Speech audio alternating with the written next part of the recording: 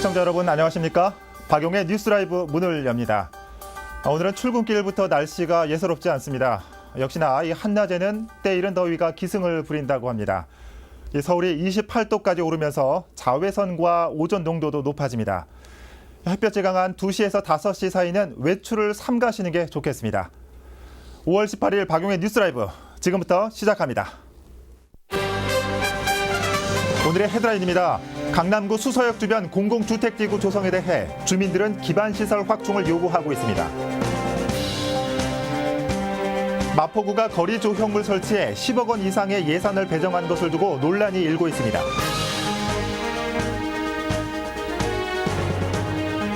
경기도 가평군이 모든 생활 쓰레기를 자원으로 활용하는 자원순환도시의 비전을 내세웠습니다. 갈수록 심해지는 미세먼지와 황사, 생활 속에서 현명하게 대처하는 법을 위클리 팁에서 알려드립니다.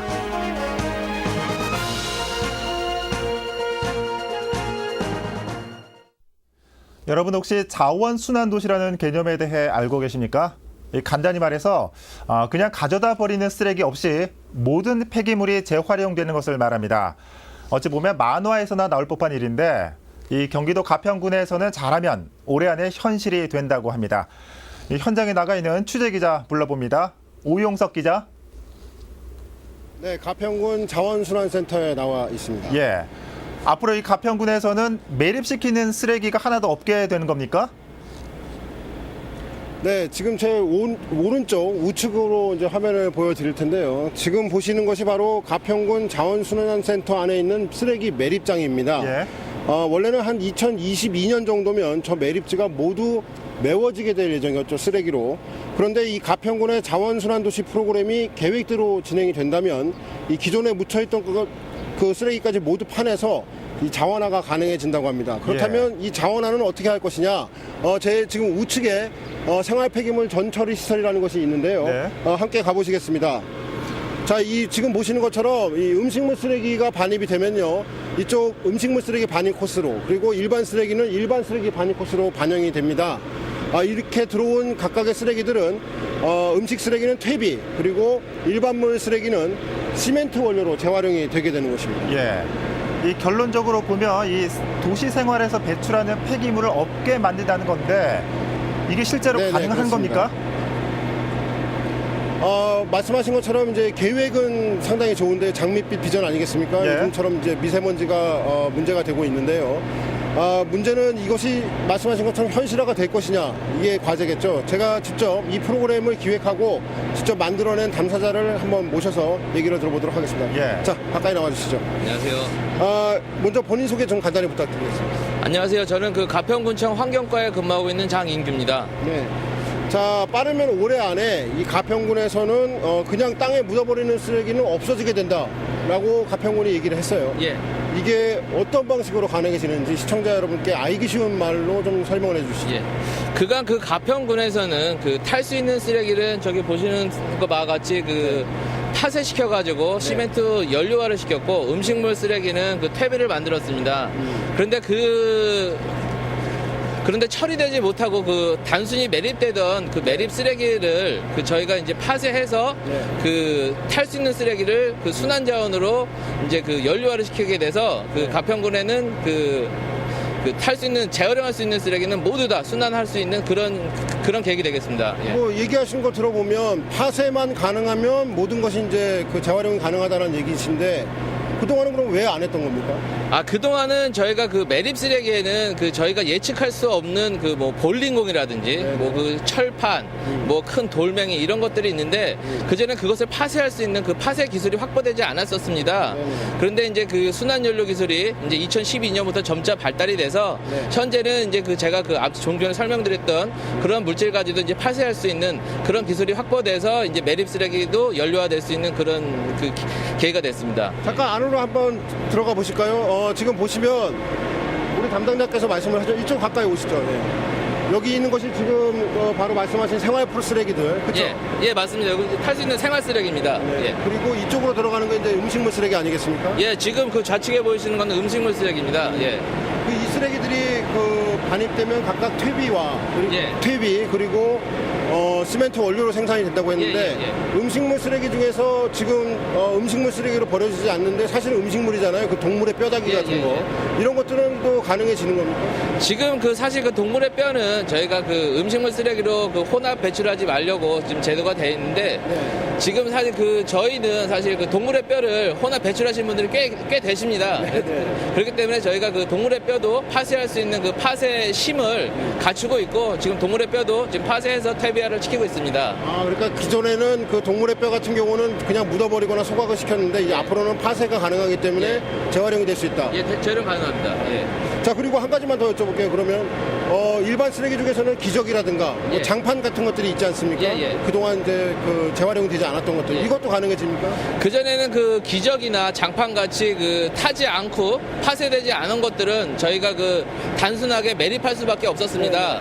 그런데 지금은 그 파쇄 기술이 확보됐기 때문에 파쇄가 되면 그 탈 수 있는 것과 그 매립되는 것을 저희가 분리할 수 있습니다. 그래서 이제 앞으로는 타지 않는 기저귀는 골라낼 수 있고 탈 수 있는 것만 걷어내서 저희가 순환 자원으로 활용하게 됩니다. 그렇군요. 알겠습니다. 오늘 말씀 감사합니다. 고맙습니다. 네, 이제 방금 전에 들으신 것처럼요, 이 가평구는 빠르면 올해 10월까지 이 자원순환도시 개념을 완공을 한다고 합니다. 지금까지 가평군 자원순환센터에서 전해드렸습니다. 오영석 기자 잘 들었습니다. 아무래도 좀 센터다 보니까 작업을 하다 보니까 좀 소음이 있었네요. 좀 쓰레기가 없으면 세상이 참 깨끗해질 텐데 정말 가능한지 관심을 가지고 계속 지켜봐야겠습니다. 자, 가평군 연결해봤습니다.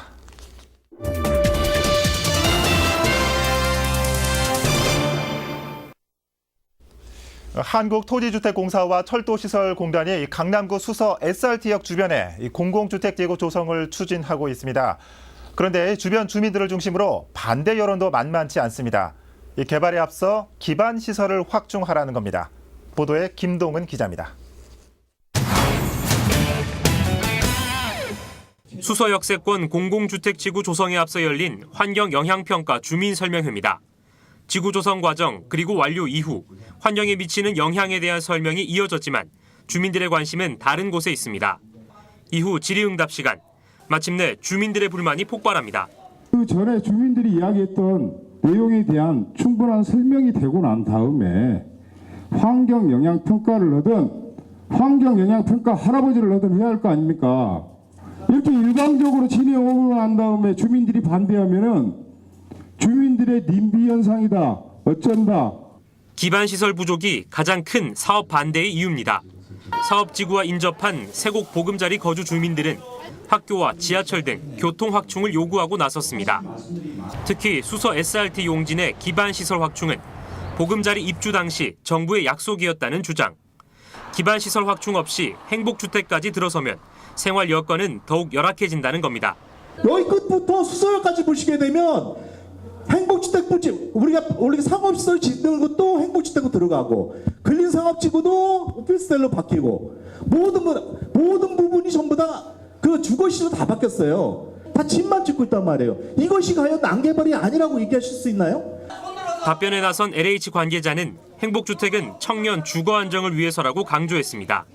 아울러 주민들이 기반시설 중 강력하게 요구하고 있는 학교 신설은 교육청의 업무라며 선을 그었습니다. 청년을 위한 주거 정책은 제 개인적으로 맞다고 봅니다. 그런데 그 입지가 왜 여기냐? 청년주택의 입지는 교통 좀 좋고 저희들은 약속드린 대로 학교 부지를 반영을 했습니다. 이 학교를 중학교로 하느냐 초등학교로 하느냐 어떻게 이걸 활용하느냐 하는 것은 전적으로 교육청의 역할과 책임 권한입니다. 이후 설명회는 주민들의 극심한 반발로 성과 없이 마무리됐습니다. 이에 앞서 주민연합회는 주민 의견 반영 결과를 설명하는 별도의 공청회 마련을 촉구하며 지속적인 사업 반대 운동에 나설 것임을 예고했습니다. 한편 수서 역세권 개발 사업은 행복주택을 포함한 공공임대 아파트와 업무 유통시설 등을 조성하는 사업으로 오는 2021년 완공 목표로 진행되고 있습니다. 딜라이브 서울 경기 케이블 TV 김동훈입니다. 도시 경관을 위해 거리 곳곳에 설치된 조형물들, 과연 가격이 얼마나 할까요? 저는 종종 궁금했는데 평균 5억 원이라면 믿어지십니까? 마포구에서는 경의선 책거리와 마포중앙도서관에 조형물 설치해 10억 원 이상의 예산이 들어 논란이 되고 있습니다. 오신영 기자입니다. 지난해 10월 경의선 숲길에 문을 연 경의선 책거리입니다. 홍대 입구에서 와우교까지 250m 구간에 14개의 열차 모양 부스가 마련됐습니다. 하지만 책보다 조형물이 더 주목받고 있다는 지적입니다. 마포구는 올해만 5억 4천만 원을 투자해 조형물을 설치했고 지난해 말에는 예비비 1억 원을 집행했습니다. 재난 재해와 같은 위급 시 사용해야 할 예비비를 책거리 활성화라는 이름으로 사용한 것도 모자라 또 2억 원을 들여 조형물 설치한다니 이해가 가십니까? 상징 조형물은 전국에서 유일무이한 책 테마 거리이자 교육문화도시를 시행하는 마포구의 정체성을 상징합니다. 올해 10월 완공 예정인 마포중앙도서관과 청소년 교육센터도 도마에 올랐습니다. 건설 비용 456억 원과는 별도로 5억 5천만 원을 추가해 조형물과 설치미술 구입에 사용할 계획입니다. 비용은 다른 사업에서 용도 변경으로 제정된 예산을 배정했습니다. 미술작품 구입 예산 5억 5천만 원 조성은 성산벌림공원 내 생태통로 및 텃밭 조성 사업으로 받은 4억 8,106만 원의 국비로 사업이 취소되자 용도 변경 승인을 받아 확보하였으며 이런 규모의 건물에는 좀 이렇게 밖에서 조형을 설치하고 미술작품을 설치하는 게 낫겠다는 의견이 있었던 걸로 알고 있습니다. 이를 반납하지 않고 반납한 4억 8,100만 원을 목적을 좀 변경해서 마포구는 앞으로 경의선 책거리에 2억 원을 들여 조형물을 추가할 계획이어서 의회와 행정부의 대립은 계속될 것으로 보입니다. 딜라이브 서울경기 케이블TV 오신영입니다.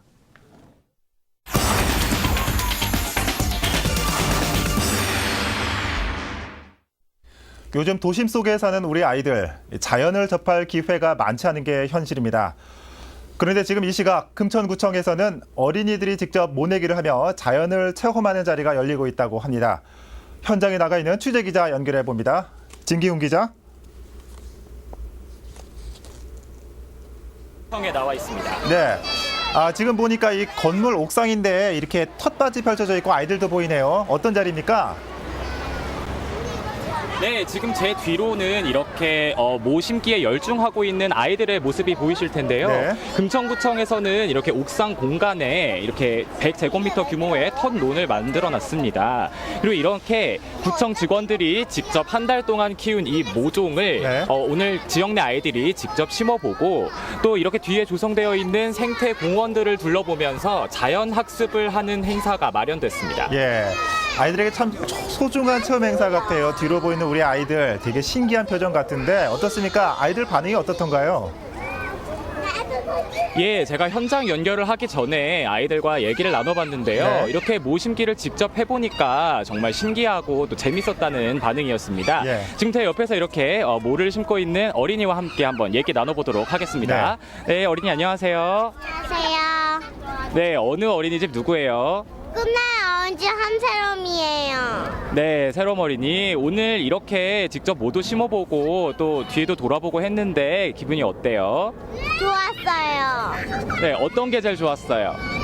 모심기가 아주 재밌었어요. 뭐 이게 직접 심어보고 하는 게 정말 재밌었어요? 네, 알겠어요. 대답해줘서 감사해요. 고마워요. 예. 네, 이런 식으로 아이들이 직접 도시에서 농업을 체험해보고 자연을 느끼는 행사가 진행되고 있습니다. 예, 우리 아이들 정말 좋은 체험 같아요. 이 도심에서 벼를 심는 모습이 정말 보기 흔한 광경은 아닌데 이번 행사는 어떻게 기획된 겁니까? 예, 아무래도 도심 속에서 아이들이 아까 박앵커가 말한 대로 이렇게 자연을 체험할 기회가 많지 않은데요. 이런 아이들에게 자연을 체험하고 또 도시 농업을 또 경험해 볼 수 있게 하기 위해서 마련됐다고 합니다. 네. 네, 행사 담당자 만나서 잠시 이야기 나눠보도록 하겠습니다. 네, 주무관님 안녕하세요. 안녕하십니까.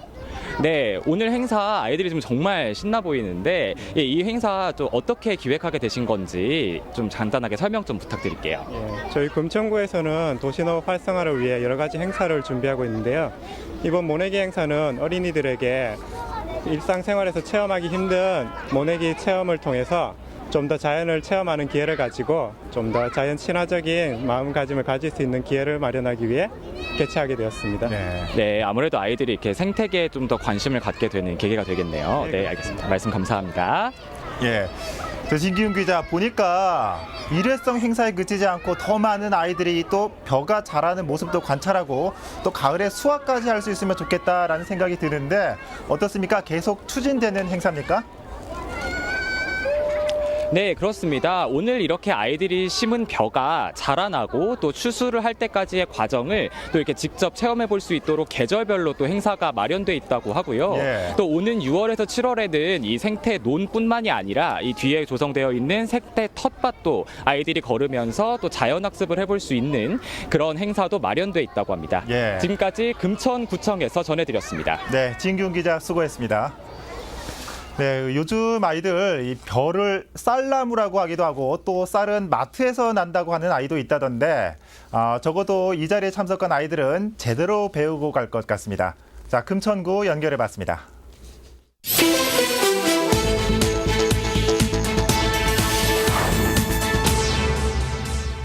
어제 오전 11시쯤 경기도 고양시 권율대로 인천공항 방향에서 버스와 레미콘 트럭 2대가 충돌했습니다.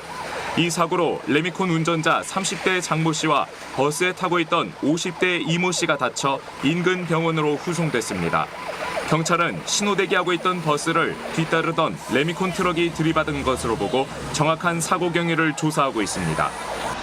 어제 오전 6시쯤 서울 서초구의 한 다가구 주택에서 화재가 발생해 집안에 있던 70대 여성 김모 씨와 40대 임모 씨가 연기를 마셔 인근 병원으로 후송됐습니다. 불은 30분 만에 잡혔지만 집안에 있던 TV와 냉장고를 태워 소방서 추산 1,200만 원의 재산 피해를 냈습니다. 경찰과 소방당국은 방 안 침대에서 불이 시작된 것으로 보고 정확한 화재 원인을 조사하고 있습니다.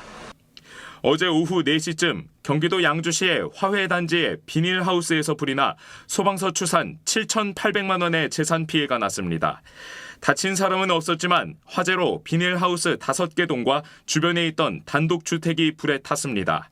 경찰과 소방당국은 비닐하우스 지붕에서 전기 합선이 일어났다는 신고자의 진술을 토대로 정확한 화재 원인을 조사하고 있습니다.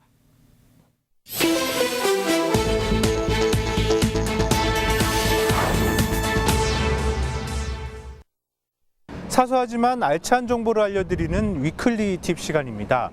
흔히 쓰는 말 중에 화창한 봄 날씨라는 표현이 있는데요. 그런데 요즘 봄이라는 말 앞에 화창한이라는 수식어를 붙이기가 애매해졌습니다. 바로 황사와 미세먼지 때문인데요. 특단의 대책이 나오기 전까지 한동안 함께해야 할 미세먼지와 황사, 그 속에서 내 건강을 지키는 방법, 위클리 팁을 통해 알아보겠습니다.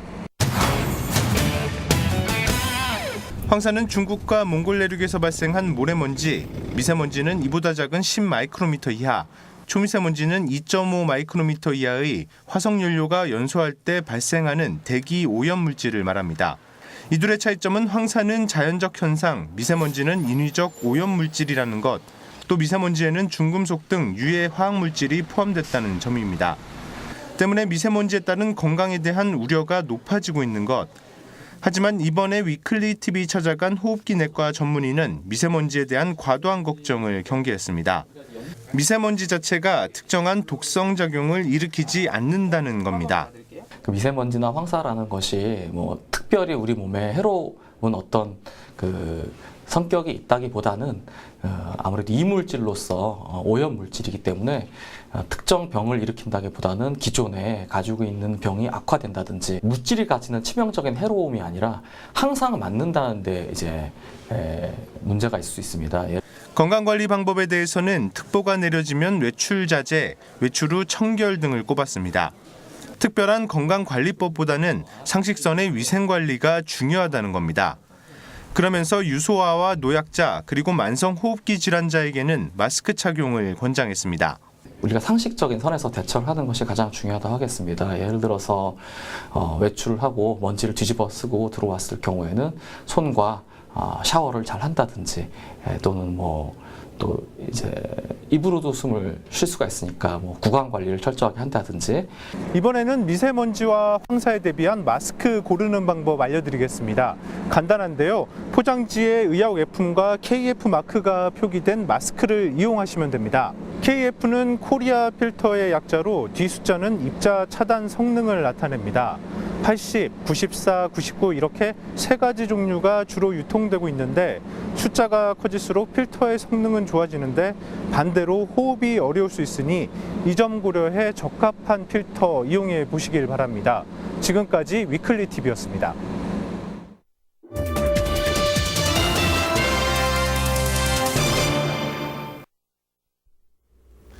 종로구가 2017 구강로 국악대축제 삼락 풍류를 개최합니다. 국악대축제는 5월 20일 오후 1시부터 5시까지 창덕궁 돈화문 앞 삼거리 특설무대에서 열립니다. 종로구 주민센터 동호인 14팀과 국악계 대표 국악인들이 함께 공연을 펼치며 부대 행사로는 제기차기와 윷놀이 등 전통놀이와 한복 체험 부스가 마련됐습니다. 지난 16일 서울 놀이마당에서 2017 송파구 어린이 큰 잔치가 열렸습니다. 이 행사는 송파구 가정어린이연합회가 주최했고 어린이와 학부모, 교사 등 200여 명이 참석한 가운데 진행됐습니다. 5월 가정의 달을 맞아 어린이의 권리와 복지를 담자는 취지로 어린이 헌장이 낭독됐으며 가족사랑 비행기 날리기와 축하 공연 등도 함께 진행됐습니다. 또 행사장 곳곳에서는 모래놀이와 블록쌓기, 색안경 꾸미기 등 12개 체험 부스가 상시 운영돼 어린이들의 큰 호응을 얻었습니다.